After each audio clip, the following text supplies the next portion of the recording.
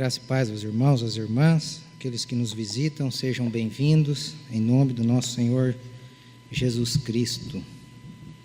Pensei que iam cantar com quem será? Só com Jesus agora, né? Na altura da caminhada, né, Esther? Só com Jesus. Ai. Vamos lá, gente boa de Deus. Hoje, como eu havia mencionado, eu quero fazer algumas reflexões. Eu acho que nesse domingo talvez eu não termine, e ainda que eu não terminar nesse domingo, eu vou sequenciar em alguns outros domingos, provavelmente a carta que o apóstolo Paulo escreve aos Coríntios, e principalmente a segunda carta. Tá? É uma carta interessantíssima, uma carta que vale a pena a gente gastar um tempo para estudá-la, e provavelmente, se tudo acontecer do jeito que eu tenho me programado, eu pretendo fazer capítulo por capítulo dessa carta, não sequencialmente, porque tem aí as escalas entre as trocas de preleções comigo, Juliano, e o Paulo Cerosino, que hoje está em Perobá. Então, hoje, nós vamos começar no capítulo 1, e normalmente, quando a gente pensa em conforto, em consolo de Deus, logo vem na nossa mente a figura do pai aqui da terra, ou da mãe aqui da terra. Normalmente é assim, e nós achamos que o conforto de Deus, que o consolo de Deus, ele é passivo, como o conforto e o consolo de um pai, como o conforto e o consolo de uma mãe. Mas Deus, ele não reproduz o conforto e o consolo dos nossos pais, porque o conforto e o consolo de Deus é num outro nível, é de uma outra forma, é de um outro modo. O conforto de Deus não é para nos fazer parar de chorar, não é para eliminar o problema da nossa vida. Aqui, quando a gente chora, aí o pai ou a mãe coloca a gente no colo, passa a mãozinha na cabeça, para tentar fazer a gente parar de chorar. Mas Deus não é assim. Deus ultrapassa essa fronteira da passividade. O conforto e o consolo de Deus não é só para enxugar as nossas lágrimas. Não. Deus quer nos levar a um patamar superior, porque o conforto de Deus tem um propósito muito maior, muito mais excelente, muito mais abrangente. E o apóstolo Paulo entendeu isso muito bem. Por isso que essa segunda carta, ela retrata, Paulo coloca a sua humanidade nessa carta. E hoje, eu quero destacar aí, pelo menos 5 propósitos do conforto divino. São bem curtos os propósitos. Se não der tempo, eu sequencio num outro dia. Então, nós vamos pegar como base para a nossa reflexão o capítulo 1 de 2 Coríntios, capítulo 1. Você pode ficar com a sua Bíblia aberta. Eu vou fazer menção de alguns textos e eles serão projetados. Eu vou projetar só mais a ênfase de cada texto que eu escolhi dentro desse capítulo para mostrar os propósitos do conforto divino.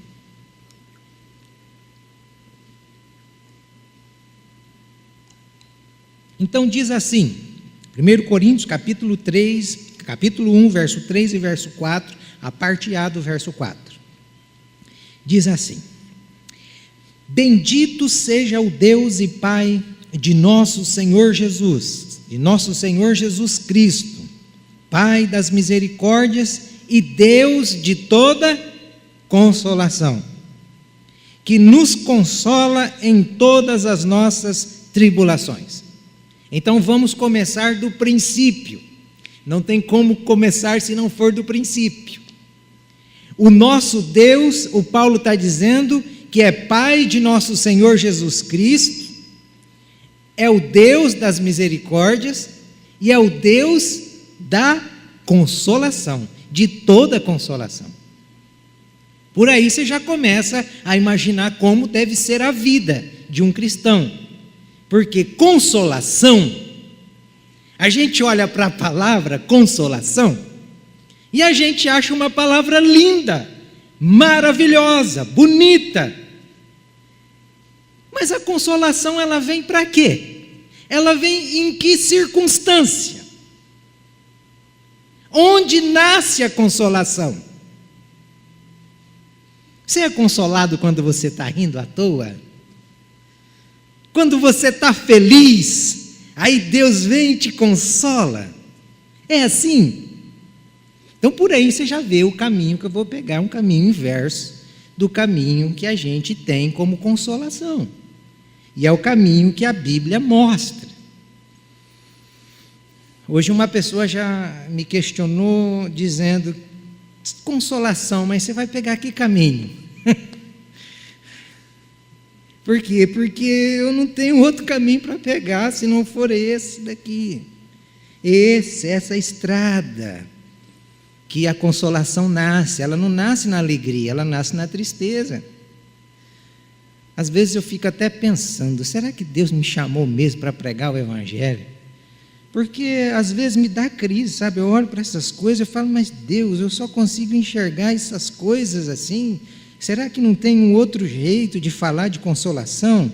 Mas vamos lá, vamos entender primeiro o que é que o texto está querendo dizer, para daí a gente sair das nossas crises e sermos consolados. É bom a gente começar aqui já diferenciando tragédia de chateação. Porque a consolação de Deus, ela vem na tragédia. A consolação de Deus não vem na chateação. 99% dos meus problemas e dos seus problemas não são de tragédias, mas são de chateações. Chateações do dia a dia que nos deixa desanimados, entristecidos, precisando de consolo. Mas na verdade é puro dengo, é puro mimo. Porque consolo é no meio da tragédia. Então vamos lá, qual é a condição do escritor? Como é que Paulo estava vivendo, o que é que estava aí acontecendo para que ele então escrevesse essa carta? Olha, Paulo estava na região da Macedônia, mais provavelmente em Filipos, quando ele escreve essa segunda carta. E essa segunda carta, ela foi escrita, promovida por uma alegria imensa do retorno de Tito, que estava em Corinto e vem para Filipe. E ele vai mencionar ao apóstolo Paulo, porque Paulo estava preocupado por causa da primeira carta que ele escreve. Ele foi severo na primeira carta. Ele chama aquela igreja de Corinto de meninos na fé. Vocês são crianças. O problema da igreja de vocês não é que os irmãos estão levando um ao outro na justiça. O problema da igreja não são os dons espirituais. O problema da igreja não é o caso de incesto que está tendo no meio de vocês. O problema da igreja é justamente o capítulo 3. É que vocês não conhecem as Sagradas Escrituras. Vocês são meninos. Então Paulo escreve assim a primeira carta. E ele fica preocupado. Mas Tito, quando está voltando de Corinto para Filipe, se você pegar o capítulo 7, o verso 6 ao verso 9, você percebe que Tito, ele anima o Paulo, dizendo que os irmãos em Corinto reagiram muito bem à primeira carta. E nestas circunstâncias, então, Paulo resolve escrever a segunda carta. Qual é a condição da igreja de Corinto? Era uma igreja, como eu disse, problemática, uma igreja que não faltava dons espirituais, mas era complicadérrima, totalmente imatura. Ali haviam alguns irmãos que não gostavam de Paulo, ali haviam grupos divididos, um dizia que era de Pedro, outro dizia que era de Paulo, outro dizia que era de Apolo, e os piores, os mais carnais, os mais problemáticos eram aqueles que diziam, e nós somos de Cristo. Estes eram os piores. E Paulo, então, ele não deixa se abater, por causa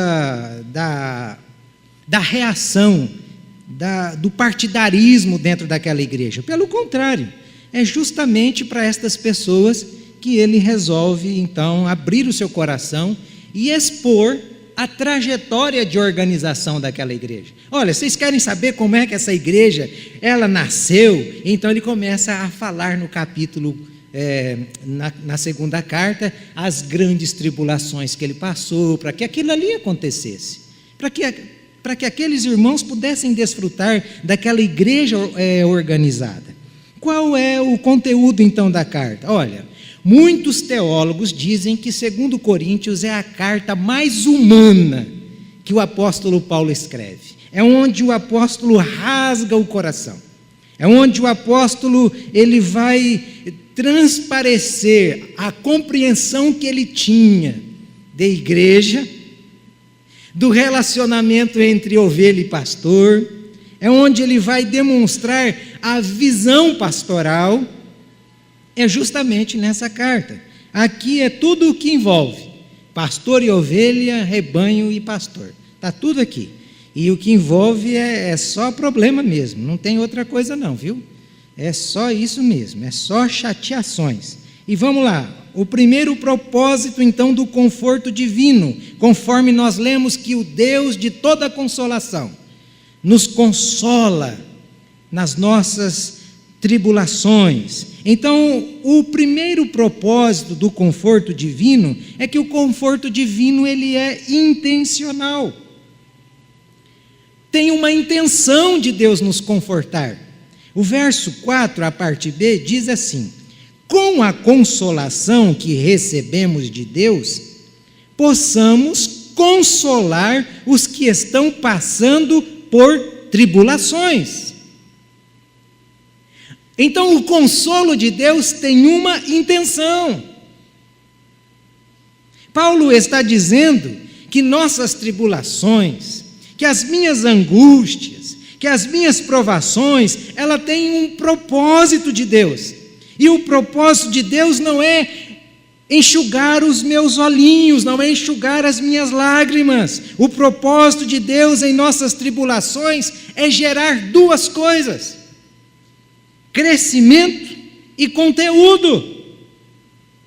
A intenção de Deus em nos confortar nas nossas tribulações é para isso, é para gerar em nós crescimento e conteúdo, de uma maneira em que a gente consiga agir e reagir de modo a confortar aqueles que também passam pelas mesmas tribulações. Percebem? O Deus de Paulo, o Deus que Paulo está falando nesta segunda carta, ele reage totalmente de modo diferente dos nossos pais. O filhinho, quando começa a chorar, a berrar, qual é a metodologia do pai? Qual é a metodologia da mãe? Qual é a estratégia? Dá uma balinha, dá alguma coisinha para ele ficar calminho, calminho, não é?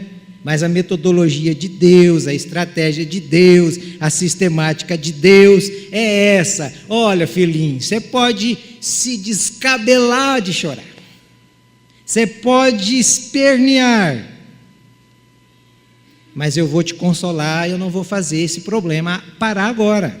Não acabou, não acabou.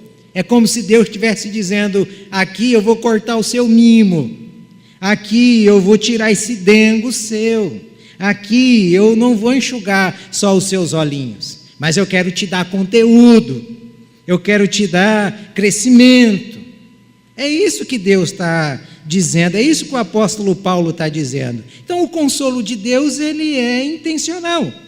Deus quer nos dar conteúdo. Que conteúdo? Coisas para nós dizermos. Qual o conteúdo? Deus quer que a nossa cabeça pense, Deus quer que a nossa mente não esteja vazia, mas esteja cheia das coisas dele. É esse conteúdo. Como que eu posso chegar para alguém e eu aconselhar aquela pessoa, se eu não passei por aquele problema igual, se aquele problema igual que ela está passando, eu fugi? Eu pedi para Deus me tirar o problema, eu pedi para Deus me arrancar do problema. Qual é o conteúdo que eu tenho para chegar numa pessoa assim e consolá-la? Nenhum conteúdo. Então Deus quer também que a gente não tenha só esse conteúdo, que a gente seja, que a gente cresça, para que no nosso crescimento a gente consiga ensinar, a gente consiga compartilhar, a gente consiga consolar e edificar os que estão passando pelos mesmos problemas que a gente. Então entenda isso, Deus não aprova aquela placa que diz assim: vem para cá que você vai parar de sofrer. Deus não aprova isso. Isso não é evangelho de Jesus. Não é evangelho de Jesus. Pense nisso. Que valor teriam as provações se nós saíssemos delas do mesmo jeito que entramos?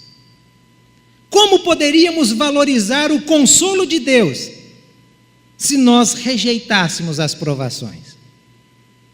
Pense nisso.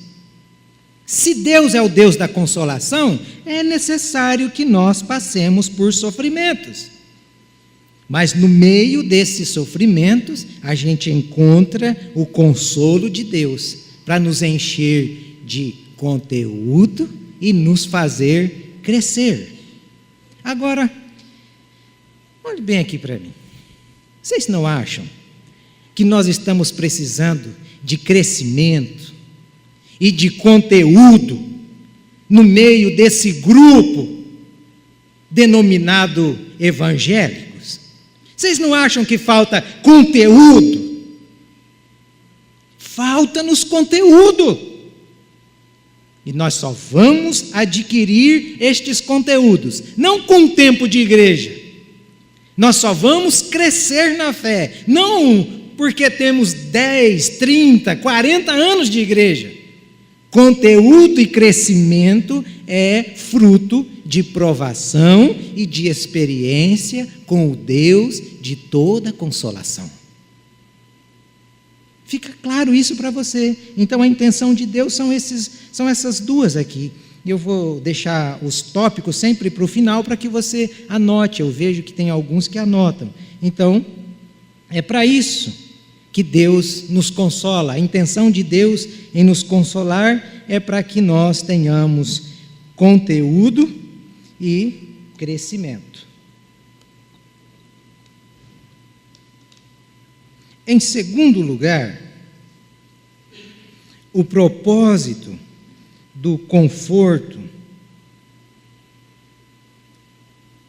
divino é que o conforto divino não só é intencional, mas ele é compensatório. Deus nos conforta, nos consola com uma intenção. Mas Deus nos conforta e nos consola também para nos compensar. Quando a gente olha, por exemplo, para o verso 5, diz o texto, no verso 5: pois assim como os sofrimentos de Cristo transbordam sobre nós, também por meio de Cristo transborda a nossa consolação. Prestem bem atenção, como os sofrimentos de Cristo transbordam sobre nós, também por meio de Cristo transborda a nossa consolação. Ele é compensatório. Se Cristo é o nosso mestre de fato, se Cristo é o nosso discipulador de fato, Ele, como Filho de Deus, a quem Deus disse: este é o meu Filho amado, em quem a minha alma tem prazer, em quem eu me alegro. Se Ele, que é Filho de Deus e amado de Deus, passou por tribulações nessa terra, carregado de tribulação, transbordando os seus sofrimentos, por que é que nós, que somos seus discípulos, não queremos passar pelas tribulações para também recebermos o consolo de Deus? Então ele é compensatório. É como se Paulo estivesse dizendo, para seguir Jesus, a gente precisa andar no ritmo de Jesus. A gente precisa andar nos passos de Jesus. Eu me lembro de um texto que Jesus está conversando e vem alguns mestres da lei, e um diz a ele assim: mestre, eu posso te seguir? Aí Jesus olha para ele e diz assim: rapaz, as aves têm ninhos, as raposas têm covis, mas o Filho do Homem não tem onde reclinar a cabeça. Você quer mesmo me seguir? Você tem certeza? Você está disposto? Esse é o ritmo. E ele é compensatório. Esse é o passo.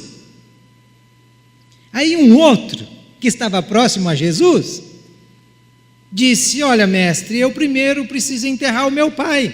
Os dois, um na sequência do outro. E Jesus olha para aquele e diz: olha, então você deixe que os mortos enterrem os seus mortos. Se você quiser me seguir, venha e siga-me.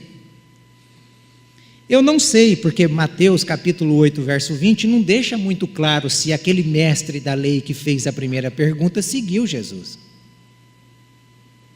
Porque para andar com Jesus, a gente tem que andar nos passos de Jesus. Eu não ando com Jesus nos meus passos, no meu ritmo. Então, se Jesus sofreu, nós precisamos aprender a também sofrer. E é interessante aqui, porque onde é que está a recompensa? Talvez você está perguntando. Onde é que está essa recompensa? Ora, a recompensa está aí, tão clara no texto, né? Nós participamos do sofrimento de Cristo e também desfrutamos do quê? Do consolo de Cristo. Se eu participo do sofrimento, onde que está a compensação disso? A compensação está que eu vou ser também participante do consolo de Cristo. Quem é que consolou Cristo? O Deus e Pai de toda consolação. Não é assim que o texto começa? Apesar de Deus não explicar os porquês dos grandes absurdos que acontecem na nossa vida, no final de tudo, a gente vê que Ele nos compensa de algum modo. No final de tudo. Ainda que você olhe lá atrás e diga: meu Deus, como foi que eu consegui atravessar aquela dificuldade imensa? Como é que eu sobrevivi àquilo? Pronto, já é uma recompensa. Mas olha, nem para Jó, e a Bíblia fala de 3 homens que seriam salvos pela sua própria justiça, no livro do profeta Ezequiel, diz que somente 3, se Cristo não viesse, somente 3 seriam salvos pela própria justiça: Jó, Daniel e o outro, quem era mesmo? Eu me esqueci. Noé, Jó e Daniel, somente esses 3. Então preste atenção, para Jó, nem para Jó Deus dá explicações. Você encontra o Jó passando por alguns problemas, e Jó começa a perguntar para Deus, ele quer saber a razão, ele quer saber o porquê daquilo, e ainda vem os amigos de Jó e começam a inflamá-lo, a enchê-lo de culpa, a colocar peso em sua consciência, e Jó fica ali todo desajeitado, no meio daquilo, querendo descobrir porquê. Deus se apresenta ao Jó, começa a colocar o Jó no lugar dele, e Jó perde tudo lá. Jó perde a família, Jó só não perdeu a esposa, mas Jó perdeu tudo. E no final dessa provação, a gente percebe que Deus termina sem dar uma explicação do porquê aquilo aconteceu na vida de Jó. Mas Deus o recompensa. o recompensa de tal modo que Jó volta em um patamar muito mais superior ao que ele estava antes. Diz o texto que Jó reconstrói a sua família e tudo o que Jó tinha ele conquista em dobro e vive muito mais tempo para desfrutar daquilo que Deus havia lhe dado. Então Deus é o Deus que nos consola com a intenção de nos compensar, e Ele sempre nos compensa. Olha, Jesus, certa vez disse: o discípulo não é maior do que o mestre, basta ao discípulo ser igual ao mestre. Se o mestre sofreu, o discípulo vai sofrer. Claro que vai sofrer. Não é por falta de fé, não é por pecado. Pode ser por pecado, como também pode não ser. Pode ser por uma escolha errada, ou como pode ser porque Deus resolveu permitir que o dia das trevas reinarem em nossa vida. Foi assim com Jesus. Quando Jesus sobe no monte para ser traído, o Evangelho de Lucas, ele narra, só Lucas coloca isso, Jesus dizendo: hoje as trevas reinam. Se as trevas reinaram uma noite na vida de Jesus, por que não poderá reinar na minha vida e na sua vida noites, dias e anos? Ainda que elas reinem, ainda que elas tentem nos parar, nos escravizar, nós sabemos e temos plena convicção de que no final de tudo seremos compensados por Deus, por Jesus Cristo, o Deus de toda a consolação. Então, o conforto, o propósito do conforto divino é compensatório, para que participemos do sofrimento de Jesus, do mesmo modo, para que nós também participemos do consolo de Jesus Cristo. Se você guardar estas duas coisas, já está bom demais. Em terceiro lugar, o propósito do conforto divino é encorajador. Verso 6 e verso 7. Eu vou ler o texto todo, mas eu só projetei o destaque das frases que nos encorajam. Verso 6 e verso 7. Se somos atribulados, é para a consolação e salvação de vocês. Se somos consolados, é para a consolação de vocês, a qual lhes dá paciência para suportarem os mesmos sofrimentos que nós estamos padecendo. É a nossa esperança em relação a vocês está firme, e a nossa esperança em relação a vocês está firme, porque sabemos que da mesma forma como vocês participam dos nossos sofrimentos, participam também da nossa consolação.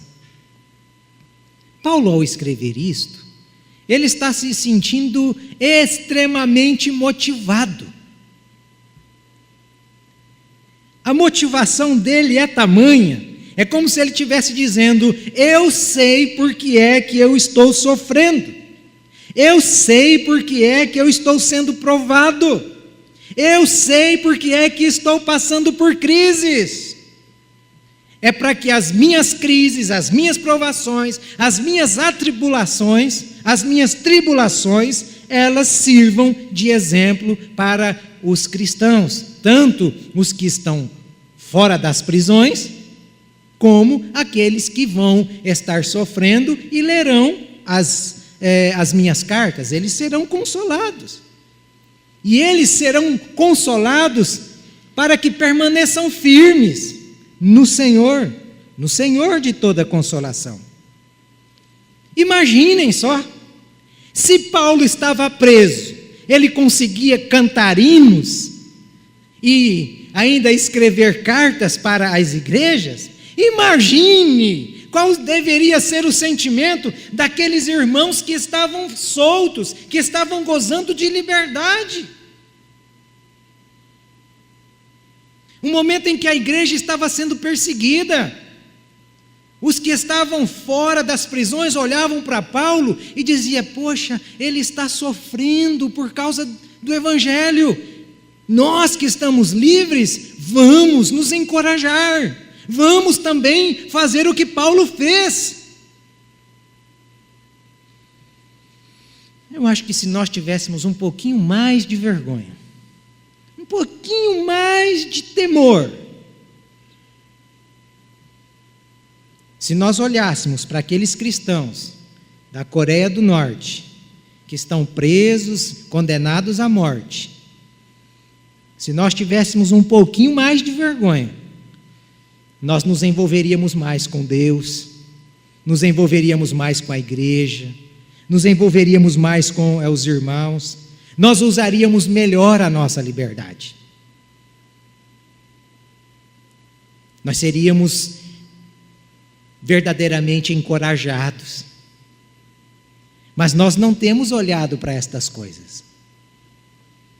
Nós não olhamos para o sofrimento. Nós estamos procurando alguma coisa para olhar que nos tire o foco, que roube de nós a intenção e o propósito final de Deus. Parece, irmãos, que falta-nos coragem. Falta-nos coragem para desligar o televisor. Falta-nos coragem para nós dobrarmos os nossos joelhos, para nós trocarmos um prato de alimento durante um dia, dizendo: Deus, eu vou deixar de comer o que eu gosto e eu vou passar fome hoje, porque eu quero adorá-lo em jejum e em oração, eu quero matar a minha carne, eu quero ter comunhão contigo. Falta-nos coragem. Sabe qual é a coragem que nós temos? De ficar 4 horas num domingo na frente de um televisor e chegar aqui, não parar de olhar para o relógio, porque nós queremos voltar rápido para assistir o Fantástico. Sabe qual é a coragem que nós temos? De pegar aquele dinheiro sujo, amassado como de bêbado, coloca dentro do envelope e dá para o Senhor como se Ele aceitasse oferta manca, coxa, coisa suja. É essa coragem que nós temos. Acha que Deus está recebendo um culto onde nós passamos a semana inteira longe da presença dEle, longe das Escrituras, longe da oração? Que culto que nós vamos prestar ao Senhor? Falta-nos coragem. Coragem para assumirmos a liberdade cristã e usarmos da liberdade cristã para o nosso bem, não para a nossa própria condenação. Enquanto cristãos morrem pelo nome de Jesus, evangélicos morrem pelo veneno das novelas, do Big Brother e de tantas outras coisas. Despertemos, irmãos, porque o dia da ira de Deus está chegando. Não fique pensando que esse Deus de graça, de bondade, Ele vai suportar muito tempo, não. Basta você ler a carta de Paulo aos Romanos. Você percebe que Deus vai deixando, até o ponto que a ira dele transborda. E quando ela transborda, sai de baixo.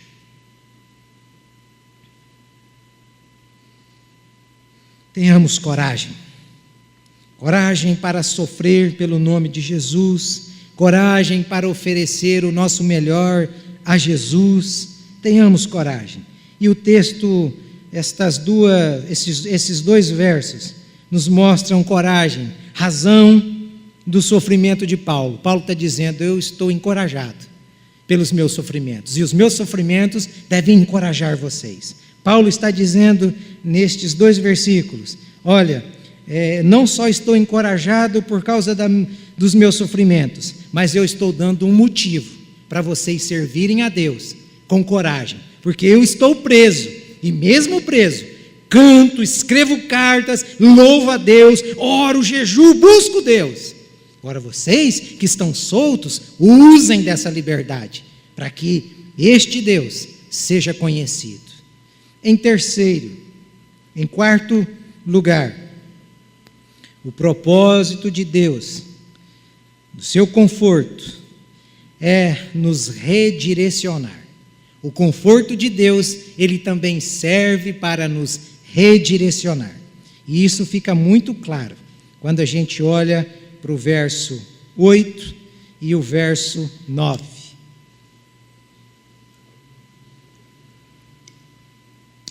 Diz assim: irmãos, não queremos que vocês desconheçam as tribulações que sofremos na província da Ásia, as quais foram muito além da nossa capacidade de suportar, a ponto de perdermos a esperança da própria vida.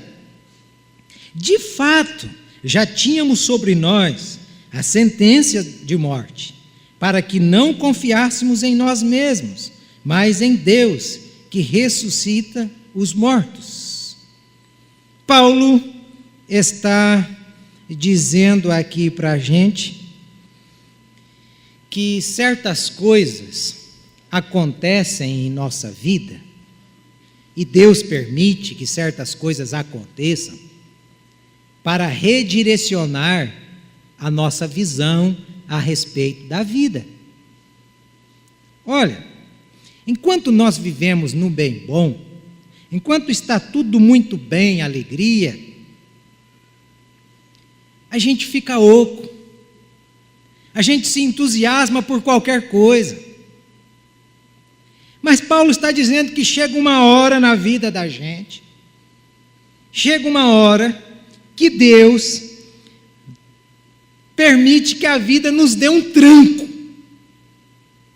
Sabe aquele carro quando não está querendo pegar, que a bateria está meia arriada, e o cara, em vez de engatar terceira ou segunda, ele engata a primeira, que ele não sabe dirigir muito bem, e aí manda o outro lá empurrar, e dá aquele tranco, que parece que as engrenagens do câmbio, elas ficaram sem dentes, ficaram desdentadas, literalmente banguelas.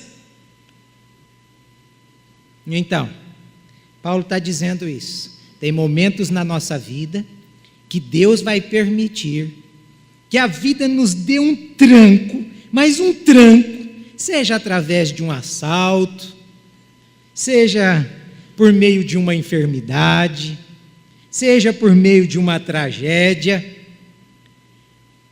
para que a gente mude o nosso olhar, para que a gente tenha o olhar redirecionado para aquilo que realmente vale a pena. Algum tempo atrás saiu uma reportagem na revista Isto É, de um empresário muito bem sucedido em São Paulo. E ele foi preso por engano, ficou lá por um bom tempo preso por engano. E comendo aquela comida de cadeia. E quando ele sai, o repórter da Isto É pergunta para ele: qual é o seu sentimento daqui para frente? Ele diz: daqui para frente eu vou valorizar o tempo que a minha esposa pedia e eu não tinha. Eu vou poder sair com ela nos melhores restaurantes, vou comer aquilo que eu puder comer de melhor com ela, porque depois que eu escapei dessa, a minha vida vai mudar, e eu não vou ser mais igual eu era. Vocês podem perceber, alguém que sobrevive a um assalto, o cara chega com uma arma, coloca na sua cabeça, e você vê o seu fim, e de repente ele leva o que você tem, e você consegue sobreviver àquilo. Você sai daquele assalto diferente. Quem já experimentou uma enfermidade que quase o levou para a tumba? Quando ele recebe alguma coisa que alivia o seu sofrimento, que cura, ele sai daquela enfermidade, ele sai diferente. Quem já passou por uma tragédia, quem já escapou de um acidente, essa semana mesmo, uma mulher estava dentro de um carro e uma carreta de tora caiu em cima do carro, amassou o carro dela inteiro. E ela sobreviveu. E o repórter perguntou para ela: como vai ser daqui para frente? Agora eu vou valorizar mais a vida. Percebe por que as tragédias vêm? As tragédias vêm para que o nosso olhar seja redirecionado a Deus. Para que a gente comece, é o que o Paulo está dizendo aqui. Olha, e é engraçado, Paulo está dizendo, depois de ter quase morrido, mas Paulo já estava indo com a sentença de morte decretada. O verso 9 diz que ele já tinha sobre si a sentença de morte decretada. Ele estava indo para Nero decepar o seu pescoço.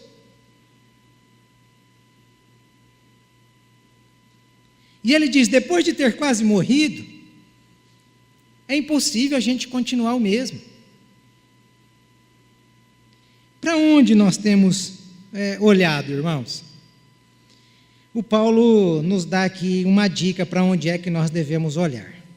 O Paulo está dizendo, eu tirei os olhos da morte e eu coloquei os olhos na ressurreição. A minha visão foi redirecionada. Quando eu pensava que ia morrer, que eu perdi a esperança da vida, olha, para Paulo dizer isso, que perdeu a esperança da própria vida, é porque o negócio foi feio. Mesmo com a sentença decretada, o Paulo está dizendo, eu mudei o foco, quero aproveitar o tempo que eu tiver para verdadeiramente colocar os olhos naquilo que é eterno, naquilo que é verdadeiramente voltado para a ressurreição.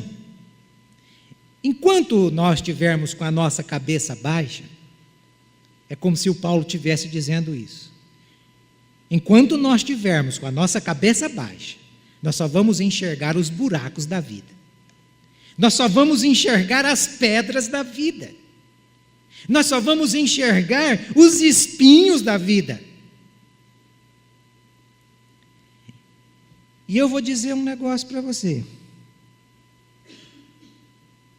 Provavelmente, quando somos filhos de Deus, Deus vai arrumar um jeito para nos disciplinar, para mudar o nosso olhar, para nos redirecionar,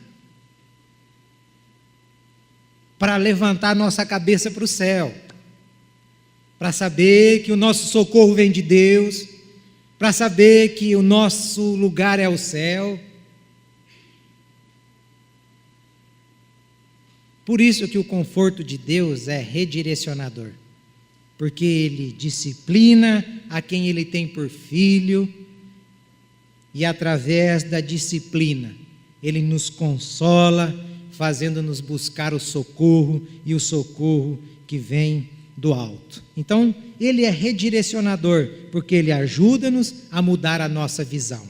Ele é redirecionador, porque Ele ajuda a mudarmos a nossa prioridade. Por isso que o consolo de Deus, o conforto de Deus, nos redireciona. Em quinto e último lugar, pensei que não fosse dar tempo, mas vai.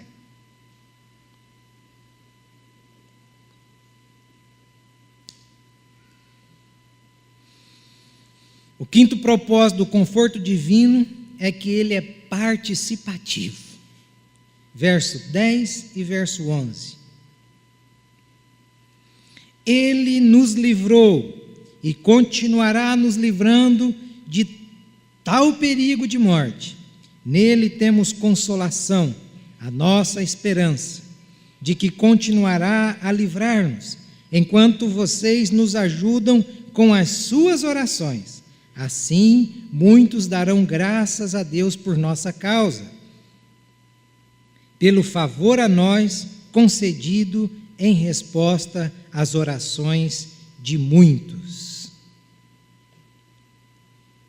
Paulo está dizendo que Deus nos permite passar por tribulações para que a gente se torne participativo, que está passando por essa dificuldade, Senhor, que está passando por esse sofrimento.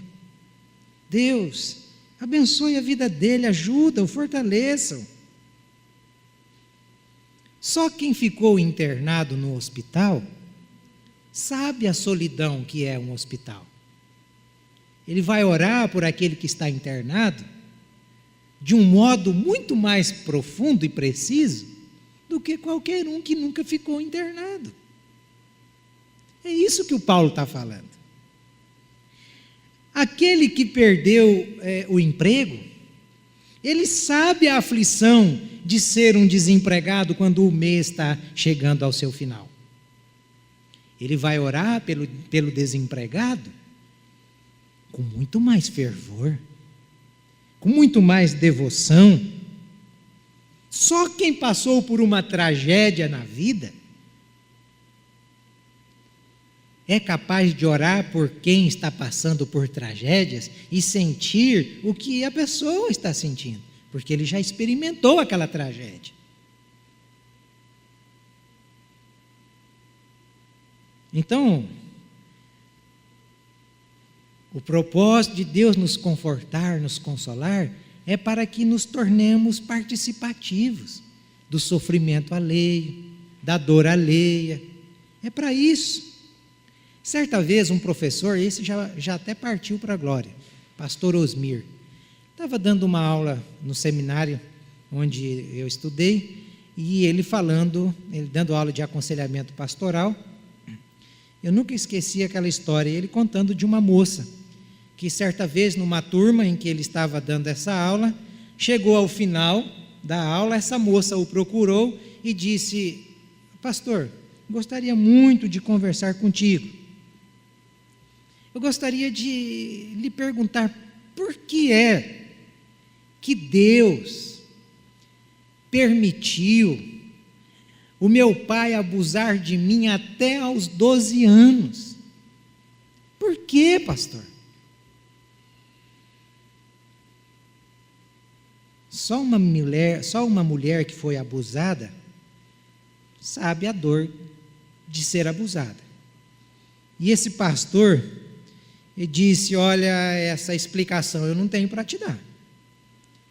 Eu não posso nem imaginar a dor que você sofreu durante até os seus 12 anos e até a sua vida aqui. Mas uma coisa eu posso lhe falar. Até nisso daí, a glória de Deus pode se manifestar. Até nisso aí, a glória de Deus pode se manifestar. Após aquela conversa, ele foi embora, disse que não encontrou mais a menina durante aquele semestre, e aqueles alunos foram para um trabalho de campo, ficaram lá um tempo numa determinada igreja. E depois de um certo tempo, aquela moça voltou e procurou aquele pastor e disse: olha, eu vim aqui porque eu precisava lhe dizer, eu encontrei a resposta.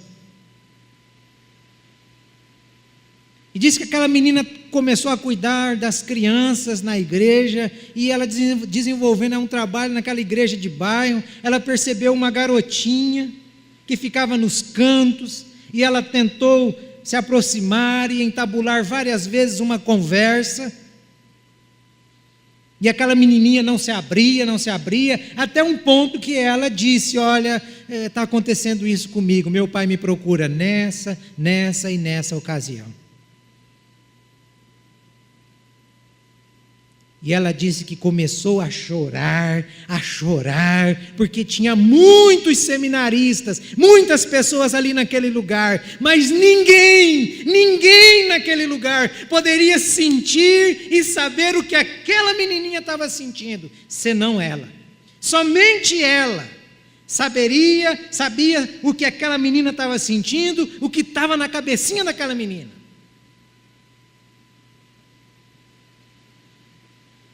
Ela disse, porque na imagem que eu tinha do pai que deveria me proteger, era aquele que abusava, que me violentava, e eu sabia o que estava, a cabecinha, a confusão daquela cabeça daquela menina. E aí, pastor, eu descobri porque Deus permitiu que eu fosse abusada 12 anos pelo meu pai, era para ajudar aquela menina, é para libertar aquela menina, e ela procura o pastor, procura a família, e faz aquele auê, e aquela menininha foi liberta das opressões do seu pai. Talvez você está passando por alguma dificuldade, e você não sabe o porquê. Hoje você não sabe, mas Deus poderá usar essa dificuldade para consolar, para confortar vidas daqui para frente. E você vai ser o canal que vai participar do conforto e do consolo de Deus. Esse é o Deus da consolação. Conforto divino é participativo. Participativo porque nas tribulações nós nos tornamos mais humanos. É isso que nos torna humanos. Somos seres humanos porque nós sofremos e podemos participar do sofrimento dos outros. Por isso que eu não nasci um galo, porque eu sou um ser humano, apesar que às vezes a gente tem algumas cristas que precisam ser aparadas, algumas esporas que precisam ser cortadas. É por isso que eu não nasci um elefante, apesar da orelha de abano. Mas eu não nasci um elefante, porque eu sou um ser humano, você é um ser humano. É por isso que eu não nasci um gato. Não que eu não seja um gato, pergunta para Ellen, você vê, eu sou um gato para ela. Mas é porque nós somos humanos que a gente sofre, para que a gente tenha a capacidade de entender o que é que o apóstolo Paulo diz em Romanos 12:15, chorai com os que choram. Como que eu vou chorar com os que choram, se eu nunca chorei o que o outro está chorando? Entende o que é o conforto divino? Conforto divino não é Deus colocar você no colinho e ficar, queridinho, eu vou fazer você parar de chorar. Para com isso, deixa de bobagem. Conforto divino é no meio da provação, no meio da tragédia, é você sentir paz. Deus, me fortaleça para que eu passe por isso, Senhor, e eu saia do outro lado com conteúdo, com crescimento, para consolar aqueles que também vão passar por esse caminho que eu estou passando. Então, irmãos, hoje, lamentavelmente, muitos de nós estamos embrutecidos, cascudos, insensíveis. E se nós não mudarmos essa conduta, Deus vai mandar um remédio, não para nos tirar deste tédio, mas Deus vai mandar um remédio para nos tirar essa casca dura, para nos tirar essa insensibilidade. Deus vai mandar uma tragédia, Deus vai mandar uma prova. Não adianta você ficar dizendo aí, está amarrado. Pode amarrar o que você quiser, mas se nós não mudarmos, por sermos filhos de Deus, deixar os nossos lombos, porque Deus nos ama e quer que a gente redirecione o nosso olhar e aprenda a participar do sofrimento dos outros. Vamos terminar aqui. o conforto divino, enfim, ele tem um sentido.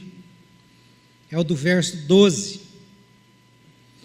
O sentido do conforto divino é o verso 12. Porque a nossa glória é esta. A nossa consciência dá testemunho de que em santidade e sinceridade de Deus, não em sabedoria carnal, mas na graça de Deus, temos vivido no mundo, especialmente em nosso relacionamento com vocês. Qual é o propósito, então? Qual é o sentido do conforto divino? Está aí. Quando Deus nos conforta, Ele nos conforta para que a gente viva uma vida de testemunho, para que a gente viva uma vida santa, para que a gente viva uma vida com ética, para que a gente viva uma vida reta diante do Senhor, para que a gente viva não só uma vida santa, mas uma vida na verdade, uma vida com sinceridade nos nossos relacionamentos, no nosso tratamento entre os irmãos. Então, quando Deus nos conforta, é para que a gente viva essa vida santa, essa vida na verdade, essa vida com sinceridade. E essa vida santa, essa vida na verdade com sinceridade, só pode ser vivida se for através da graça que se manifestou a nós. Por isso que o apóstolo termina dizendo desse modo, que ele diz aí: mas a graça de Deus temos vivido no mundo, especialmente em nossos relacionamentos com vocês. Se nós não vivermos pela graça, nós não conseguimos viver em santidade, não conseguimos viver em verdade. Não é possível. Talvez você está aqui nessa noite esperando, que a graça se manifeste quando a sua vida quando ela estiver certinha. Não, a graça ela quer se manifestar agora, quando está tudo desordenado, quando está tudo bagunçado, quando você olha e você não consegue enxergar um norte, aí é que a graça de Deus quer se manifestar. Lembram de Jacó? Jacó estava fugindo de sua família, porque ele havia mentido para o seu pai, ele estava jurado de morte pelo seu irmão, e ele está fugindo. A vida dele estava desordenada, desorganizada, bagunçada. Nessa fuga, ele para no meio do caminho, não tinha travesseiro, ele pega uma pedra, coloca no chão, deita a cabeça e começa a dormir. E Deus vem e se apresenta a ele em sonhos. E o que é que Jacó, quando acorda, diz? Verdadeiramente Deus estava neste lugar. Olha a fala desse homem. Verdadeiramente Deus estava nesse lugar. É como se ele estivesse dizendo: poxa, oxalá, eu pensava que Deus só se manifestava na casa do meu pai, porque meu pai vivia uma vida certinha.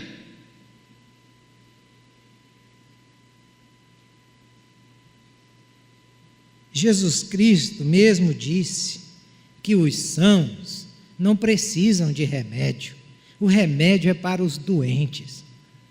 Então nós que somos doentes, podemos desfrutar da graça de Deus, porque Jesus veio buscar e salvar o que estava perdido. É para mim, é para você a graça de Deus, porque só a graça de Deus pode nos confortar, nos consolar, fazendo-nos participantes desta visão a qual Paulo propõe como conforto divino.